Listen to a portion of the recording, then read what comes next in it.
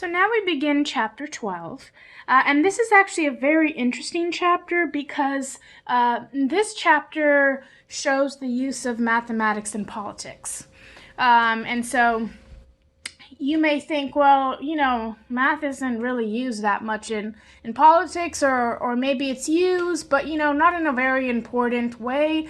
And in section A and section C, we will find out that mathematics is actually a very big part in any type of election and apportionment of the House of Representatives, which will be in section 12C. So in 12A, we focus on voting and elections and how candidates are selected and the mathematical methods that are used for this. So we usually assume that the winner of an election is a person with the most votes. But elections are not always so simple. For example, Donald Trump won the 2016 presidential election despite receiving nearly 3 million fewer votes than Hillary Clinton. To understand how this and other surprising outcomes can arise, let's begin by investigating general principles of voting systems. Majority rule. The simplest type of voting involves only two candidates or choices. So voters can choose the winner by majority rule. Majority rule says that the choice receiving more than 50% of the votes is the winner. And so that is a very important part right there, that the candidate must receive more than 50% of the votes when we're talking about majority rule. Mathematically, majority rule has three important properties. 1. Every vote has the same weight. 2. There is symmetry between the candidates. And 3, if a vote for the loser were changed to a vote for the winner, the outcome of the election would not be changed. So now let's look at presidential elections. So U.S. presidential elections are settled by majority rule, but with a twist. The popular vote in a presidential election reflects the total number of votes received by each candidate. So the popular vote is based on our vote, right? We go out, we vote for a candidate, that is tallied in the popular vote. However, presidents are elected by electoral votes, which are cast by people known as electors. When you cast a ballot for president, you are actually voting for your state electors. The electors meet to cast their votes a few weeks after the general election. It is a majority rule system because the winner of the presidential election must receive a majority of the electoral votes. So he or she does not have to receive the majority of the popular vote, but must receive the majority of the electoral votes. If no candidate receives a majority of the electoral votes, the House of Representatives chooses the president. This has happened twice in the U.S. history. The House elected Thomas Jefferson following the undecided election of 1800, and John Quincy Adams following the undecided election of 1824. Today, there are a total of 538 electors, so 270 electoral votes are required to make a majority. Each state gets as many electoral votes as the state has members of Congress. So senators plus representatives. So let's look at this first example. The table below shows the official results for the 2016 presidential election.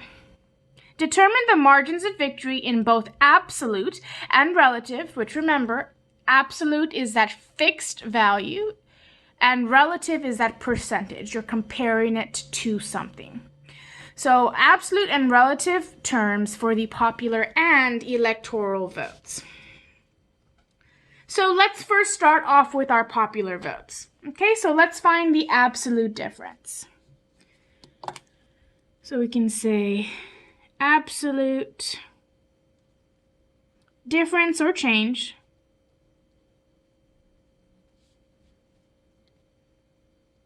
in popular vote. All right, so let's look at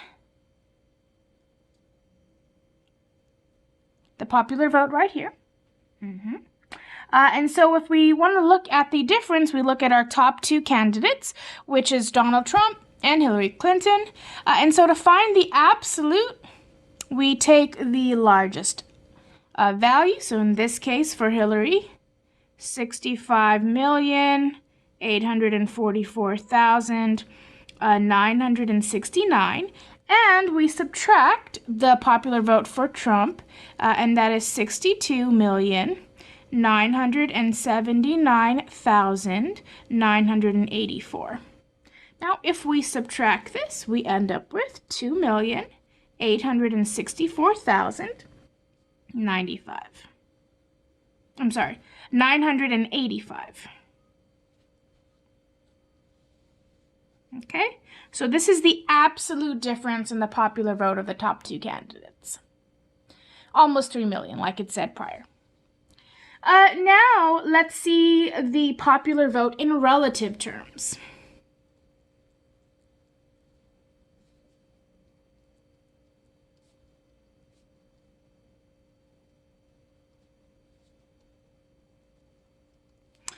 All right, so let's do Clinton first.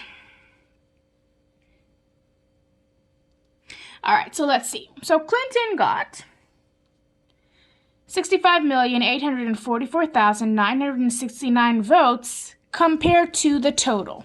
And this is our total right here, 136,452,150. So remember, anytime you're doing relative, you're creating a fraction. And so in this case, we have the votes for Clinton on the numerator out of the total votes cast as a denominator. All right, if we divide this, we get approximately 0.4825, which if we change to a percentage, that will be about 48.25%. Okay?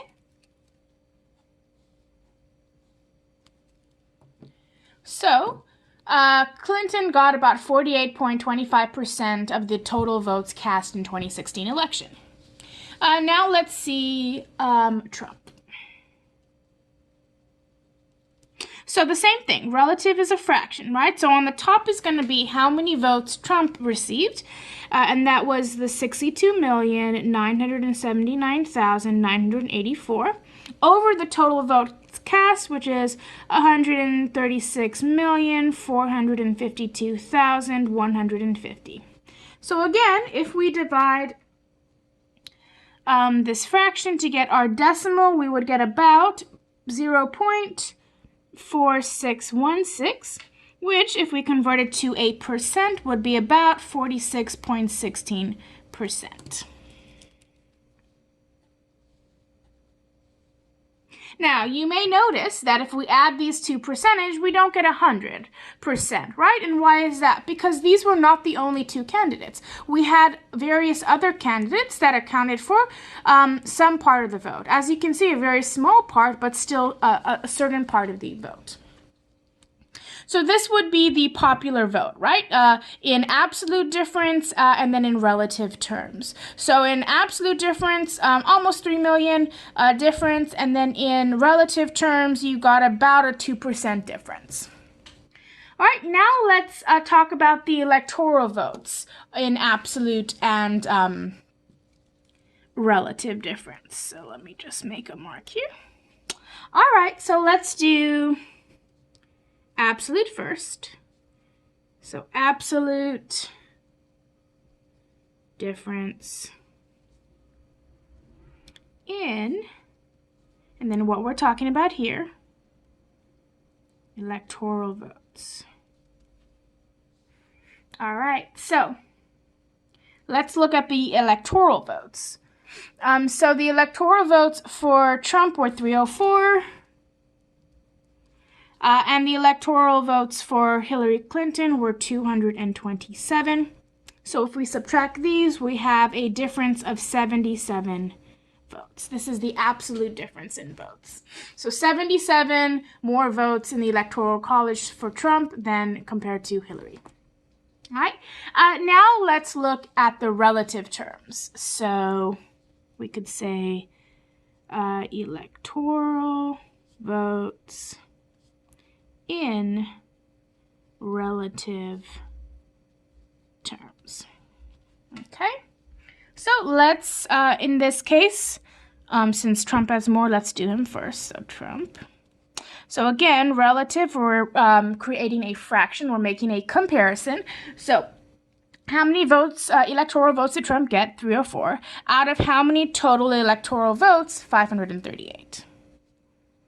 All right. Divide these together. We get about 0.5651. Which, if we convert this into a percentage, we get 56.51%. Okay. Now let's do the same for Hillary, so Clinton. All right, so how many did she get? She got 227. Out of how many votes? 538. So, if we find this as a decimal, we get about 4219, which converted to a percent would be about 42.19%. Okay, so here, if we compare the electoral votes in relative terms, we see that there is a much larger difference in the win. Here, it's almost about 14, or a little bit actually more than 14 percentage points of an increase. Whereas if we look at just the popular vote in relative terms, we have Hillary actually having the higher percentage, but it's about 2% instead. Okay, so that's very important whenever you're doing a comparison to look out for, are they asking you for an absolute difference comparison, or are they asking you for a relative comparison? Because you're going to get two different results with the different comparisons. All right, let's turn the page.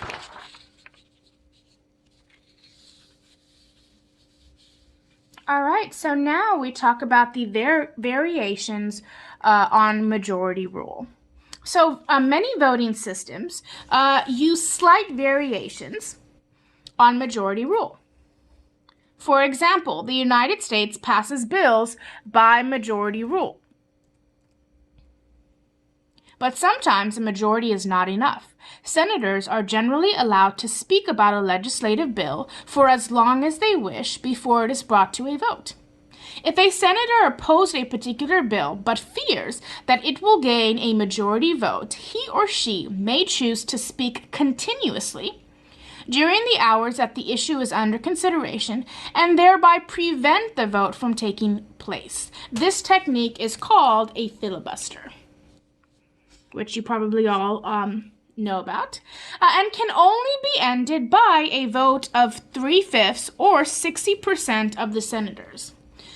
Which means that when a filibuster is allowed, just 41% of senators can prevent the majority from acting. In other cases, a candidate or issue must receive more than the majority of the vote to win, such as 60% of the vote, 75% of the vote, or a unanimous vote, which is 100%. We then say that a supermajority is required. Okay, so anytime a percentage that is larger than 50% is required for a certain issue to pass, or a law or a bill, we call it a supermajority. So let's look at a couple of examples, and let's try to evaluate the outcome of the following cases. So, A says, of 100 senators in the U.S. Senate, 59 favor a new bill on a campaign finance reform. The other 41 senators are adamantly opposed and start a filibuster. Will the bill pass? So first, let's figure out how many are in favor of the bill. Okay, so it says 59 are in favor of the bill. Now, how many total senators are there? There are 100.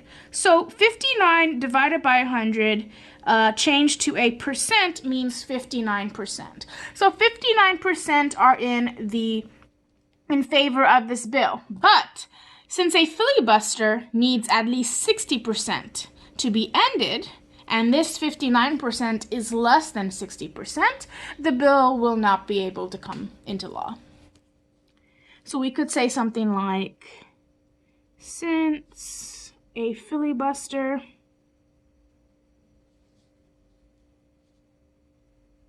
can only be ended by a vote of 60%, the bill will not become law. All right, let's look at the next example. A criminal conviction in a particular state requires a vote of 3/4 of the jury member. So remember, 3/4 is 75%. On a 9-member jury, 7 jurors vote to convict. Is the defendant convicted? So in this case, we don't need a unanimous vote to convict. We just need a vote of 75% of the jury members. Okay? And so how many of them want to convict? 7. Out of how many? 9. So if 7 out of the 9 vote, what percentage of the jury members is this? Well, this is about 77.8%. So, in order for the conviction rate to go through, the percent has to be at least 75%. Well, 77.8% is greater than 75%, which means that the conviction will hold. The defendant is convicted. So we can say something like, since the criminal conviction needs a vote to convict of at least 75%. The defendant is convicted.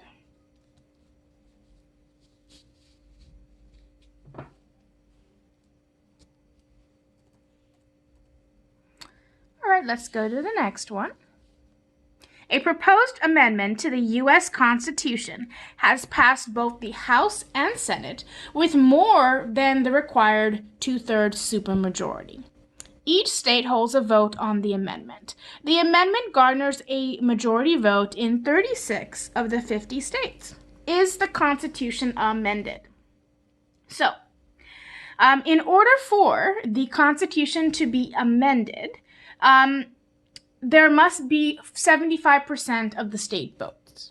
Okay, so we're going to have to compare the votes that were gotten from the states in favor compared to what is needed to amend the Constitution, which is 75% of those states' votes. So let's see, we have in favor. In favor.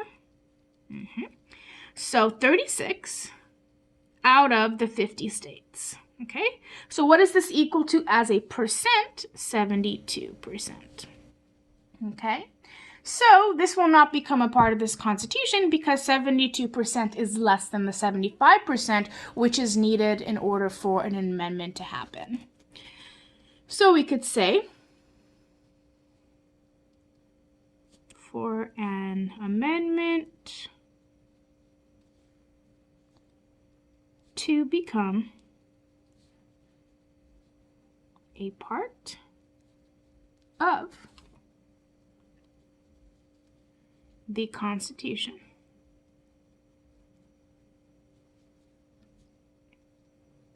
It must have 75% of the state's votes. Hence, since only 72% of the states voted in favor, the amendment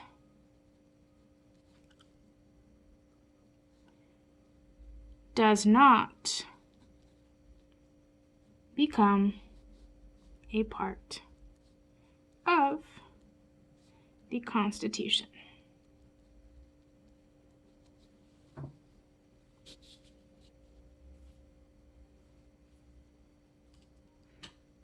All right, let's look at the last example.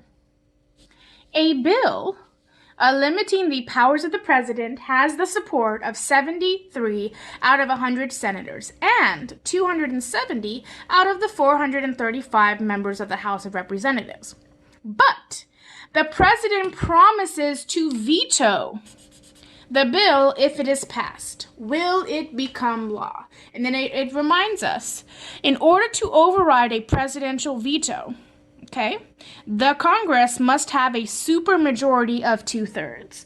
Okay, that means both the Senate needs to have a 2/3 vote, and the House needs to have at least a 2/3 vote in order to override that presidential veto. So let's see what is the support of the Senate. So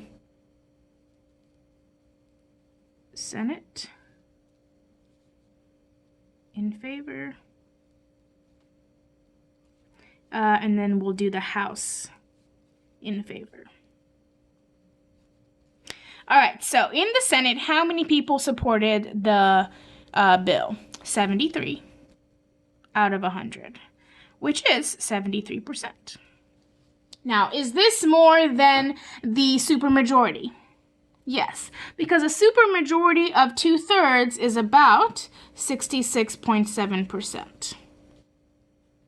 So yes, according to the Senate, they do have that supermajority. Now let's look at the House.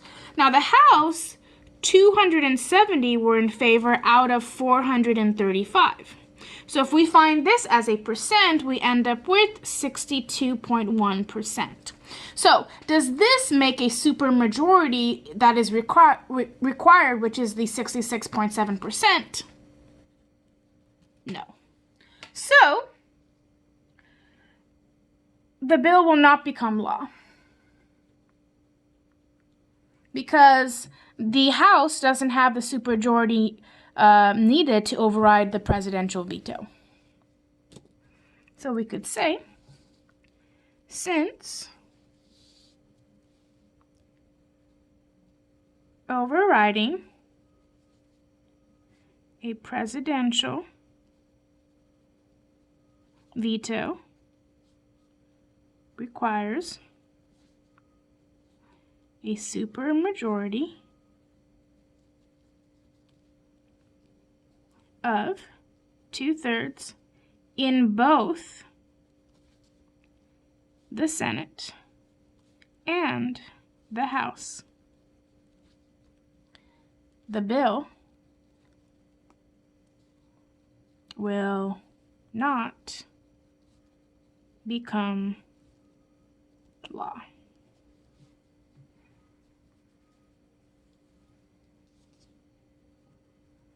All right, let's continue. So now we move on to the 5 voting methods.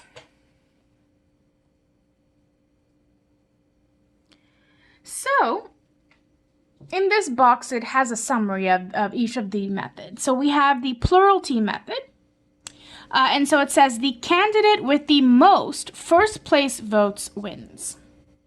Okay, very simple. Then we have the single top two runoff method. So this happens when the two candidates with the most first place votes have a runoff. The winner of this runoff is the winner of the election.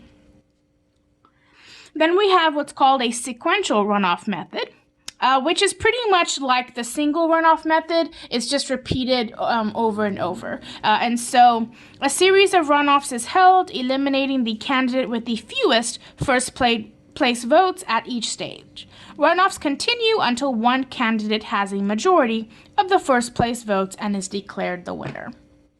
All right, then we have what's called the point system, also known as the Borda count. Points are awarded according to the rank of each candidate on each ballot, first, second, third. The candidate with the most points wins. And then we have a pairwise comparison, which is also known as the Condorcet method. And that is when the candidate who wins the most pairwise, which is one-on-one contest, is the winner of the election.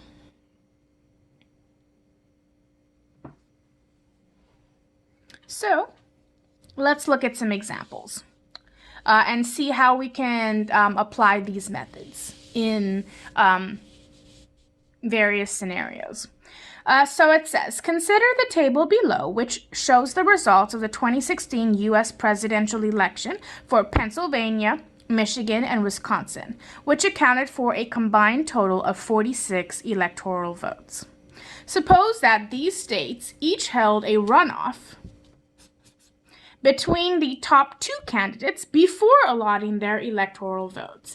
Is it possible that this would have changed the national election outcome? So let's see. If we look at the electoral votes, right, we see that Trump won in plurality, right? Because in plurality, whoever has the most votes wins.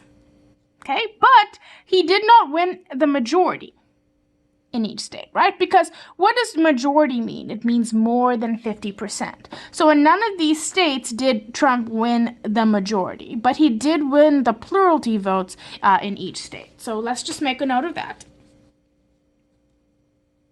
Trump won a plurality, but not a majority in each of these states. Okay? So, in a runoff,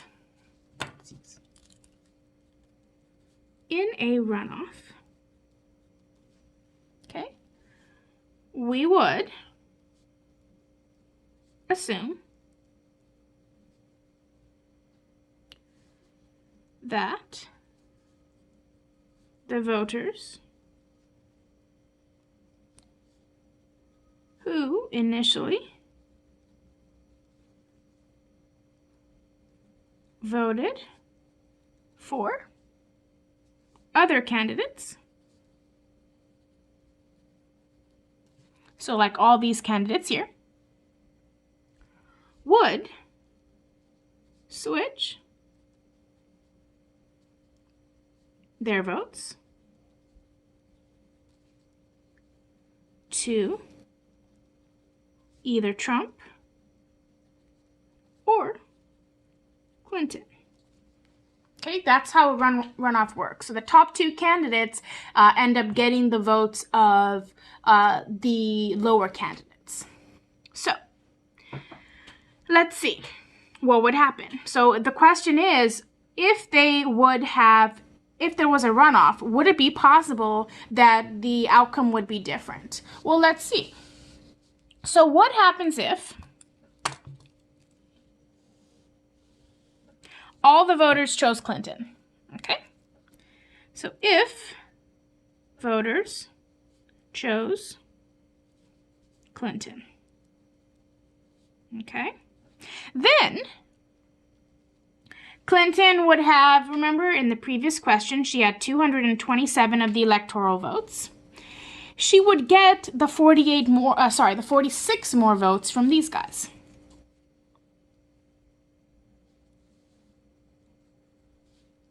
And this would give her 273 votes.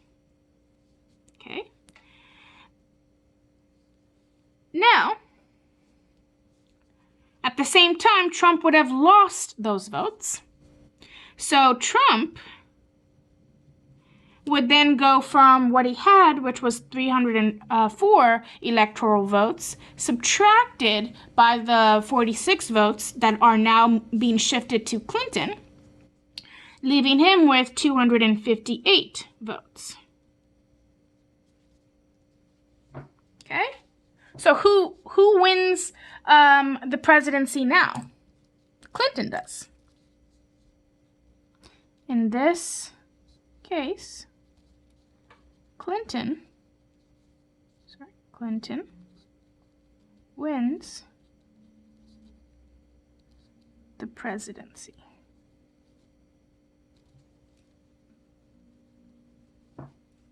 Okay, so according to the method that is being used, you can have various outcomes. Okay, that's the point of this example.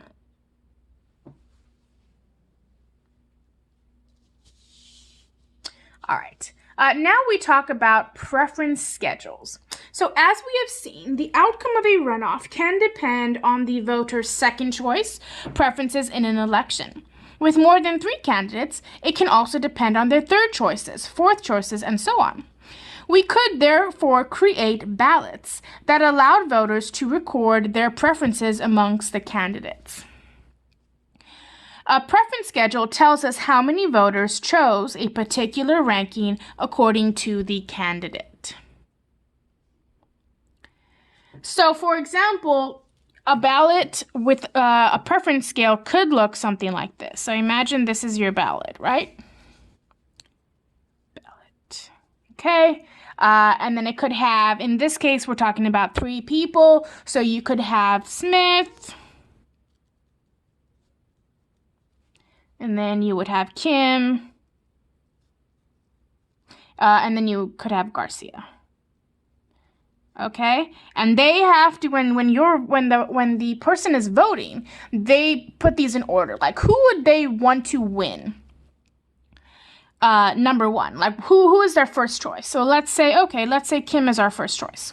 All right, and then we would like, if Kim can't win, then we'd be okay with Smith winning. And then the last person we want to win is, say, Garcia. Right? So each person orders out of a list of candidates who they would prefer their number 1 choice all the way to their worst choice. Okay? So, suppose that there was an election for governor in which there are 3 candidates. There were a total of 1,000 voters. Okay? And their full preferences were as follows. Make a preference schedule for this election. Okay? So, a preference schedule here is like a summary of all of these ballots that people voted. So, 320 voters wanted Smith as their first choice, wanted Kim as their second choice, and then wanted Garcia as their third choice. Okay, so let's write that down here. So we would have first choice is Smith, second choice was Kim, and then third choice was Garcia. And how many people wanted this method of preference? 320. Okay. All right, now let's look at the next one. For 330 voters, they wanted Kim as their first choice. They wanted Smith as their second choice. And they wanted Garcia as their third choice. And there were 330 of these voters. Now, 175 voters wanted Garcia first. So Garcia comes in first place. Smith comes in second place.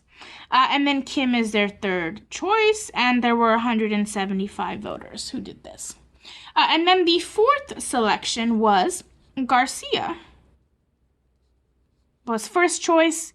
Kim was second choice, and Smith was third choice. And that was another 175 voters. Okay, so this would be a preference schedule with the order of candidates from first choice to last and how many voters voted for this preference. Okay, let's continue. So now it says, consider the preference schedule we created in the previous example and table 12.2, which is this table right here, which depicts the percentage of the votes. The three-way governor race between Smith, Kim, and Garcia. Determine the winner of each of the 5 methods we have discussed. So remember that in order for us to have plurality, we need the one who has the most votes, right? Most first place votes. So if we look back at this column, right? Smith has 320 votes in first place. Kim has 330 votes in first place. And now in both of these cases, the people want Garcia in first place, which means these 175 people and these 175 people want Garcia in first place. So that, if we add this together, gives us 350 votes. So 350 votes want Garcia in the first place. 330 votes want Kim in first place, and 320 votes want Smith in first place. So in order for us to win by plurality, it's just the candidate who has the most first place votes, which would then be Garcia. Okay, so we could summarize it as saying Garcia was in first place in columns 3 and 4 for a total of 350 votes. This is more than both Kim, who had 330, and Smith, who had 320. Thus, Garcia is the winner by the plurality method.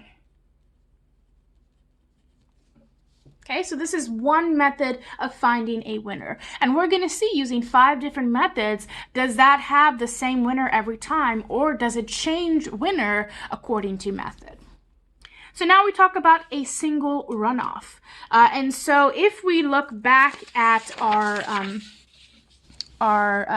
preference table here, remember that with a single runoff method, the 2 candidates with the most first place votes have that runoff. And so we already found out that Garcia had the most first place votes, and then Kim would have the second with the 330. And so the single runoff would pit Garcia against Kim. Okay, and because Smith is not in the runoff, the voters who wanted Smith in the first place would now have to give their voters to whoever is in the second choice, which in this case is Kim.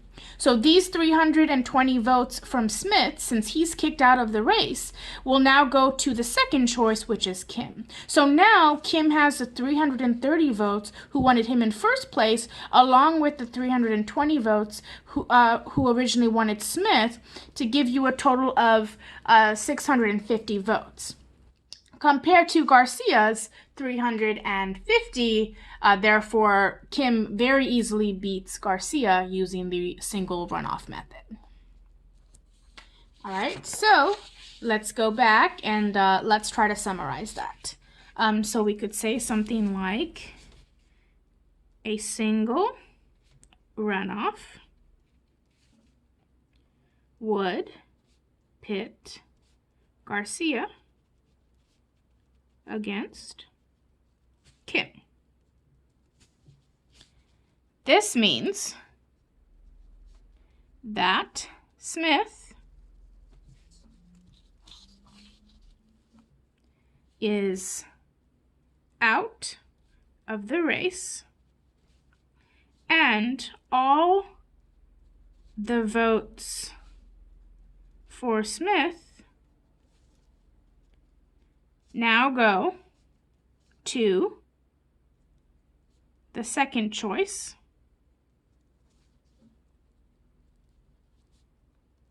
which is Kim. So, Kim now has his original 330 plus the 320 votes from Smith, which gives you 650 votes, compared to Garcia, who has, right, and 175 plus another 175 wanted him. So clearly, Kim is the winner.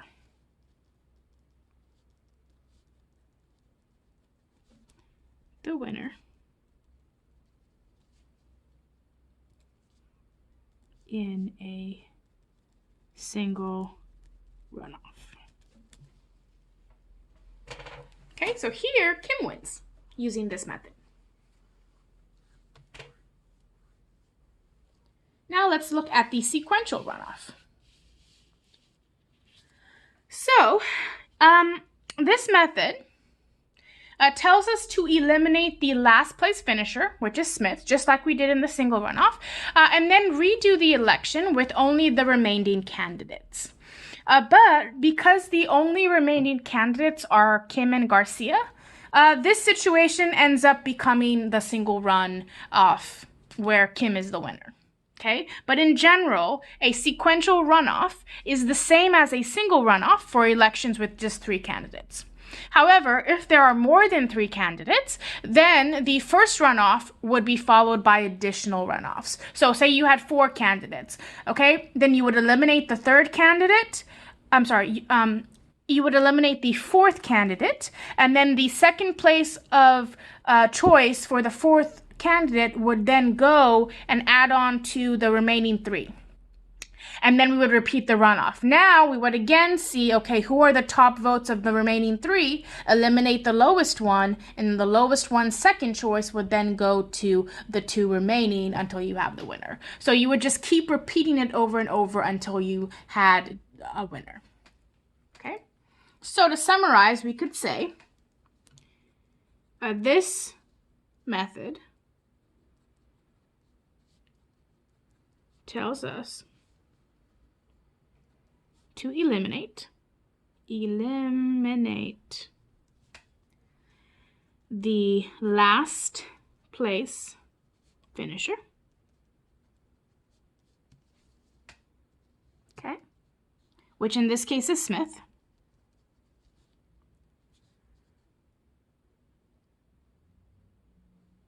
And reduce the election with the top 2 candidates, which are Kim and Garcia.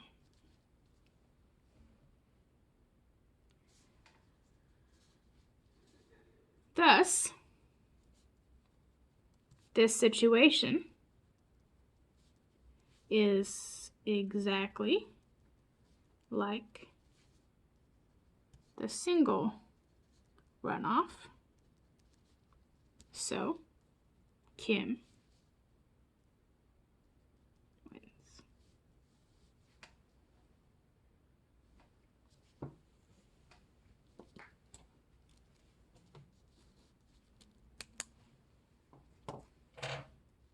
All right. Now let's talk about the point system or board accounts. All right, so here, what ends up happening is that we award points to the rank of each candidate. Okay. So the first, so in this case, we have the first place votes, we assign 3 points. The second place votes, we assign 2 points. And then the third place votes, we assign 1 point. And then we find the total points that each candidate received. And then whoever has the total points ends up being the winner. Okay. So let me write that here. So as a summary. So we could assign 3 points, first place, 2 points, second place, and 1 point, third place.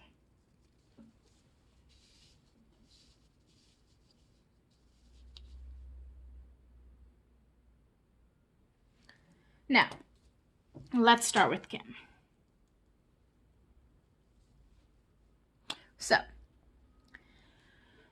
in first place, 330 people wanted him. Okay?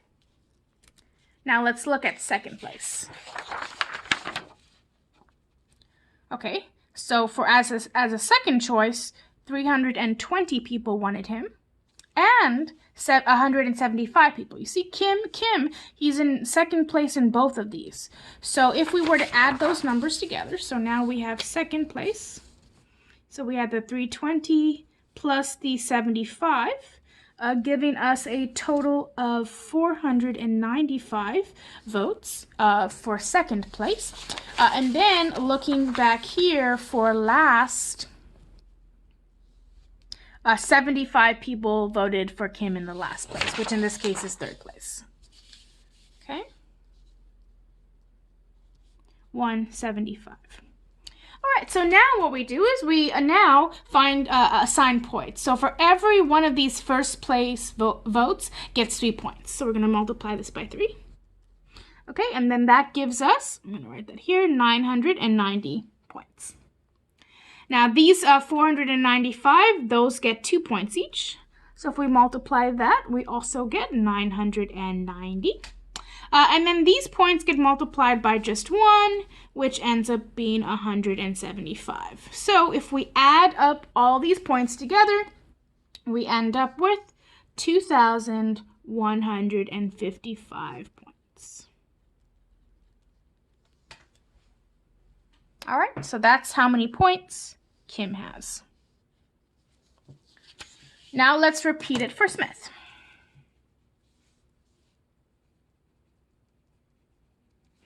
All right, so we're going to have to figure out first place, second place, and third place.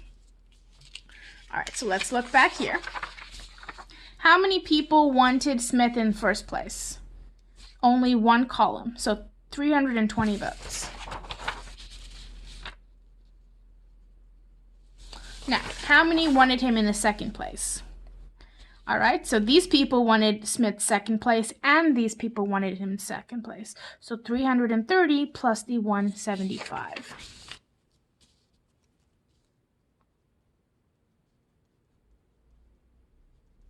All right, we add this together, and we get 505. All right, and finally, how many votes wanted Smith in the last place? 175. So this would be 175. So now again, we assign the points. So every first place vote gets 3 points. Every second place vote gets 2 points, and every third place vote gets 1 point. So now if we multiply by 3, we get for the top 960, then we get 1,010, and then we get 175. Adding these together, we get 2,145 total points. Okay, so that is the total points for Smith. And now we just have to find Garcia.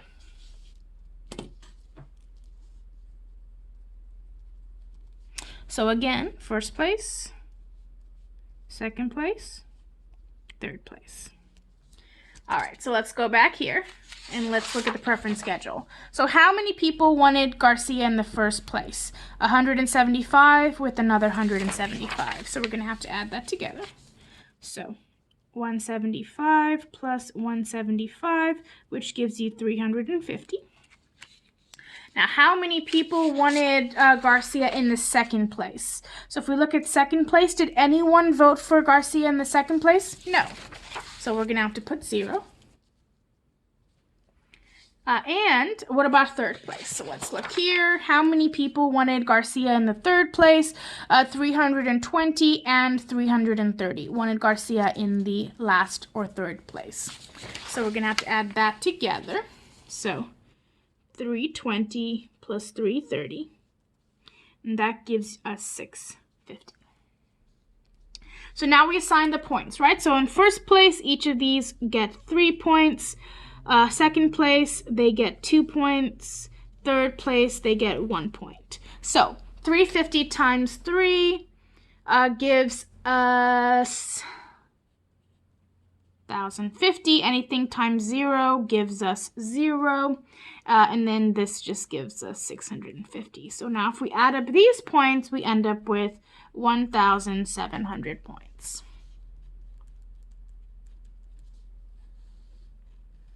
So in the board account or point system, the person who has the most votes wins. So who has the most points? Kim. So here, Kim wins by the board account.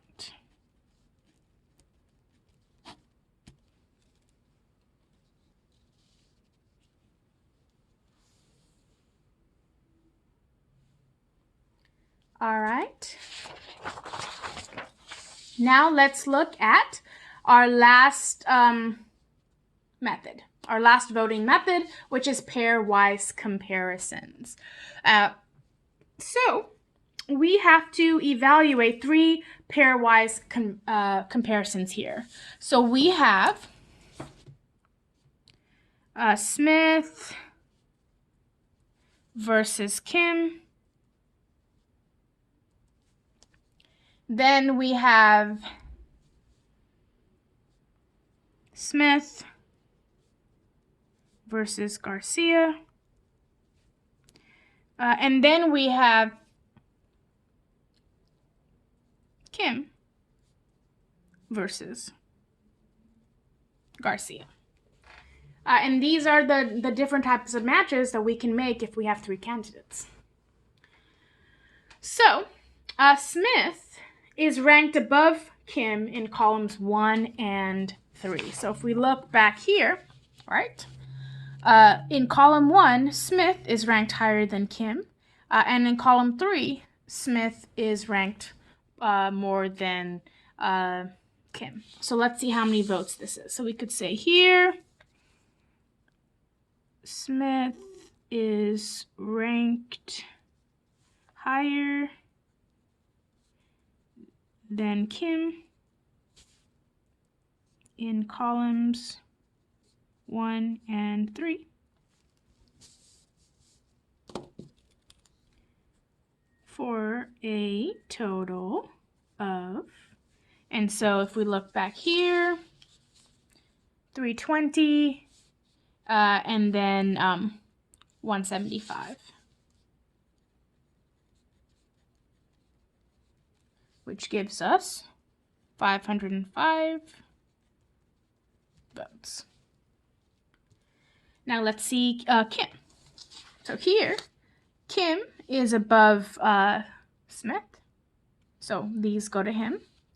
And then here, Kim is above Smith.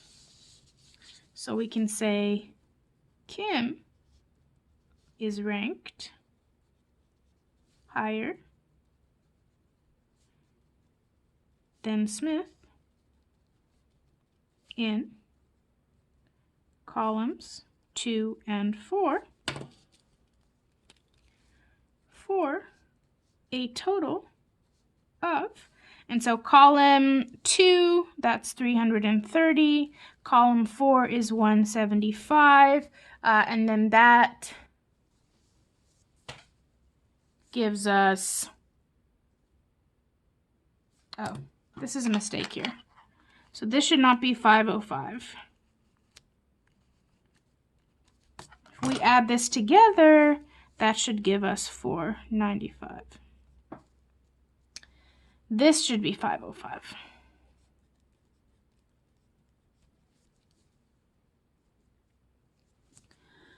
All right, so now we compare. Who has the most votes? Kim does, so Kim wins the comparison.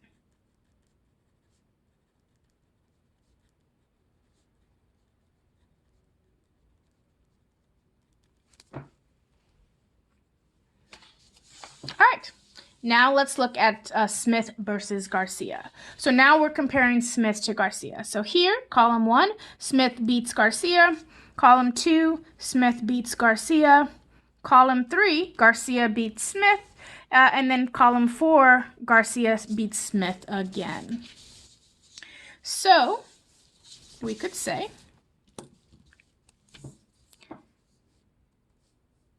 Smith is ranked higher than Garcia in columns 1 and 2.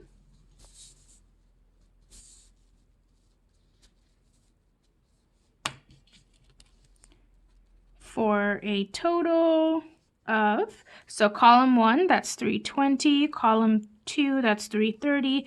Add these together, you get 650 votes. Now, we could say Garcia is ranked higher than Smith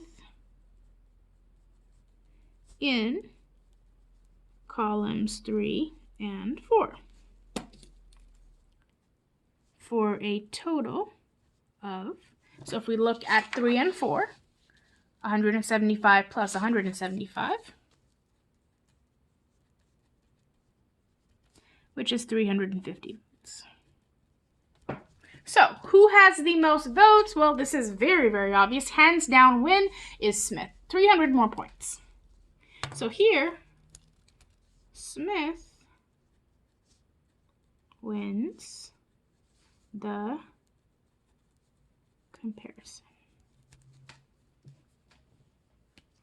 All right, and let's look at the last comparison, which is Kim versus Garcia. So let's look back at here. All right, so column 1, Kim beats Garcia. Column 2, Kim beats Garcia.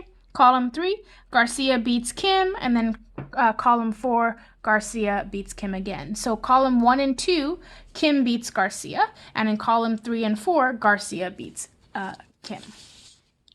So we can say Kim is ranked higher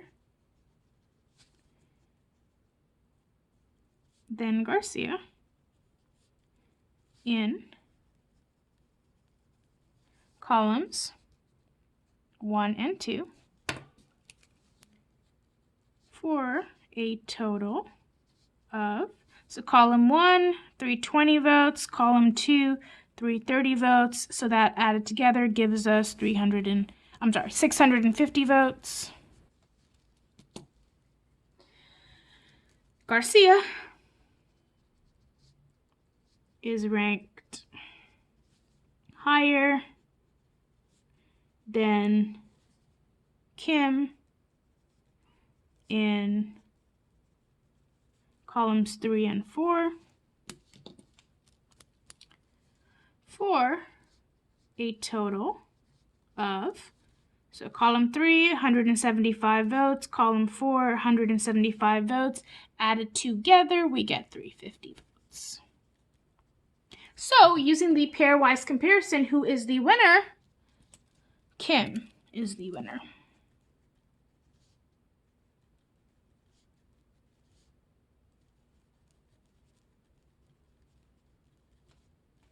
All right, so now what are to find the overall winner in pairwise comparisons is who won the most comparisons. So if we look here, Garcia didn't win any. Smith won 1 and Kim won 2 comparisons. So Kim wins 2 out of the 3 comparisons and therefore is the winner by pairwise comparison. So here we say Kim is the winner by pairwise comparisons.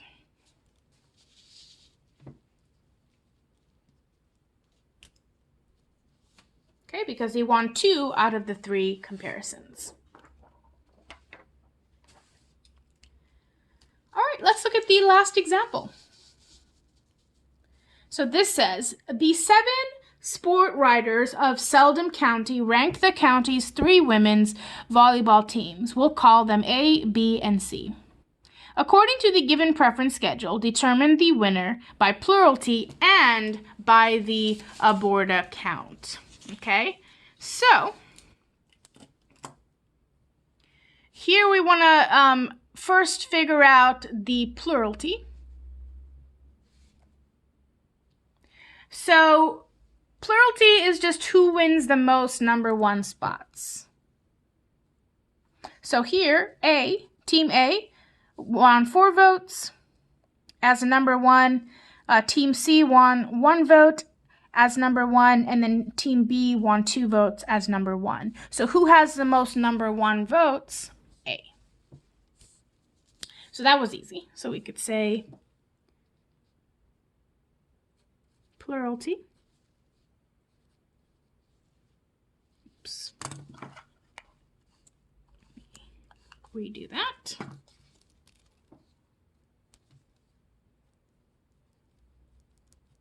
So plurality winner is Team A, who won 4 out of the 7 first place votes. Okay, so plurality is very easy. It's probably the easiest method, right? Because there's not a lot of work you have to do. You just look at the first place of each of the contestants or candidates or teams, and then whoever has the most number of votes in first place wins, and you're done. Okay, now aborta count, remember we have to assign the points. So remember, the first place gets 3 points, the second place gets 2 points, and then the third place gets 1 point. So we need to calculate the aborta count for all 3 teams, and then whichever has the most points is the winner. All right, so let's get started with Team A. So I'm going to put here aborta count. So Team A. All right, so Team A, let's do first place, second place, third place. All right, so if we look here, first place, how many votes? 4. Okay. Second place, no votes. Third place, 1 vote and 2 votes. So 1 plus 2, which is 3. Okay. So now we assign our points. So these are for 3 each, these are for 2 each, and these are for 1 each. So 4 times 3 is 12. This is 0 and this is 3. Added together, we get 15 points for Team A. All right. Now let's do Team B.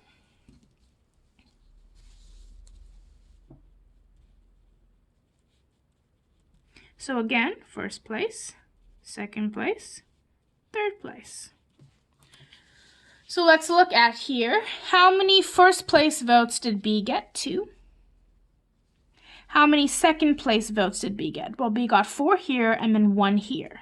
So 4 plus 1, which is 5 votes. And then B got no third place votes. This is 0. All right, now we assign the points. So first place gets 3 points, second place gets 2 points, and then third place gets 1 point. So 2 times 3 is 6. 5 times 2 is 10. 0 times 1 is 0. Added together, we get 16 points. All right, and then let's do Team C. So again, first place, second place, third place. So first place, let's look here. How many votes for first place? Only 1. So we write 1. How many votes for second place? So there are 2 votes for second place. And then how many votes for third place? 4. Now we assign our points. So first place gets 3 points. Second place gets 2 points. Third place gets 1 point. So 3 times 1 is 3. 2 times 2 is 4. 4 times 1 is 4. Added together, we get 11 points. So, who has the most total points? Team B. So, Team B wins.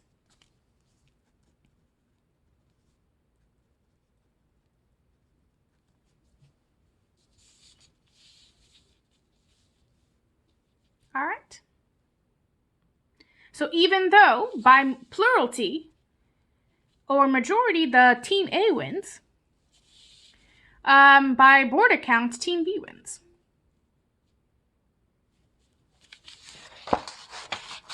All right, let's look at our last example. So here we talk about the Condorcet paradox. And remember, Condorcet or pairwise comparison.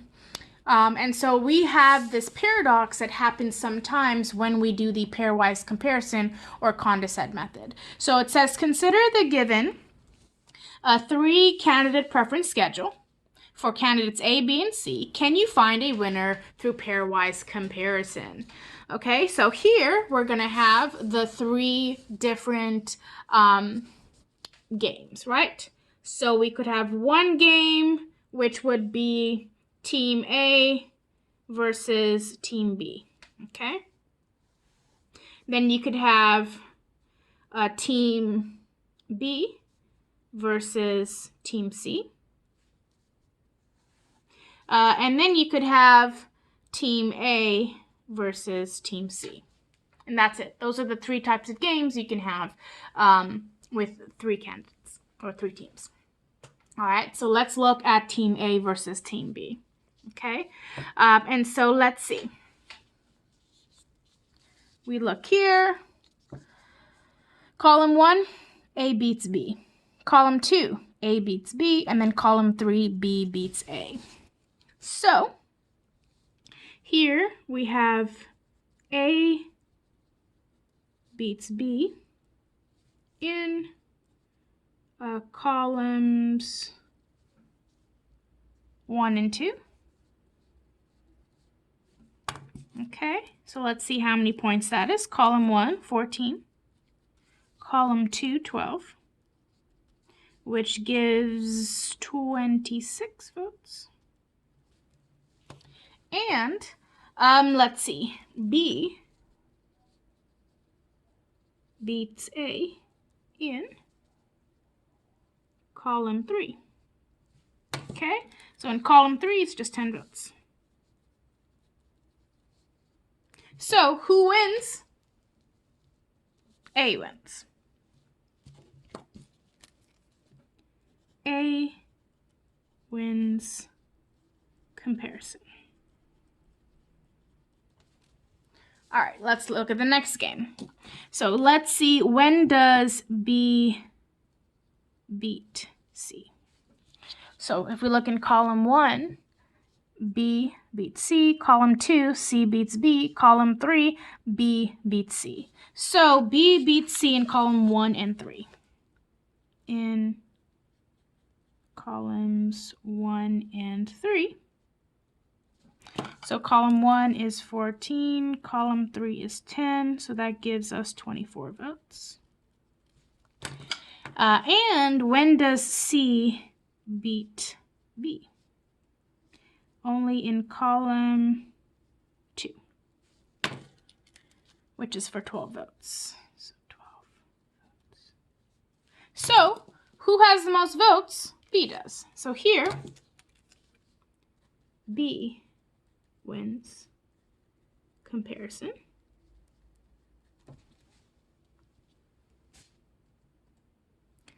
And now let's do the last one, where it's Team A against Team C. Or should I say candidates? These are candidates. All right, so let's see. When does A beat C? Or beat C in, let's see. A beats C in column 1, C beats A in column 2, and then C beats A in column 3. So A beats C only in column 1. Which means 14 votes. Now we have C beats A in, so column 2 and column 3. So column 2, 12, column 3, 10, that gives us 22 votes.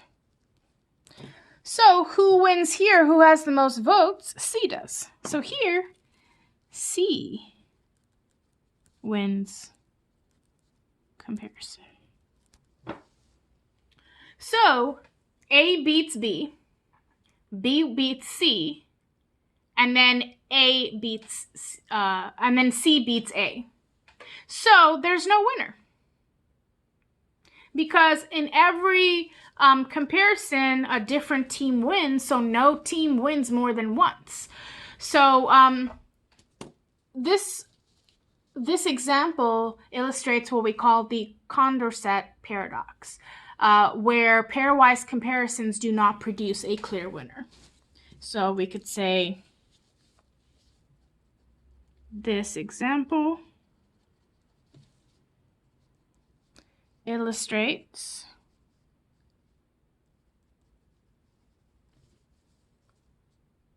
the Condorcet paradox. Oops.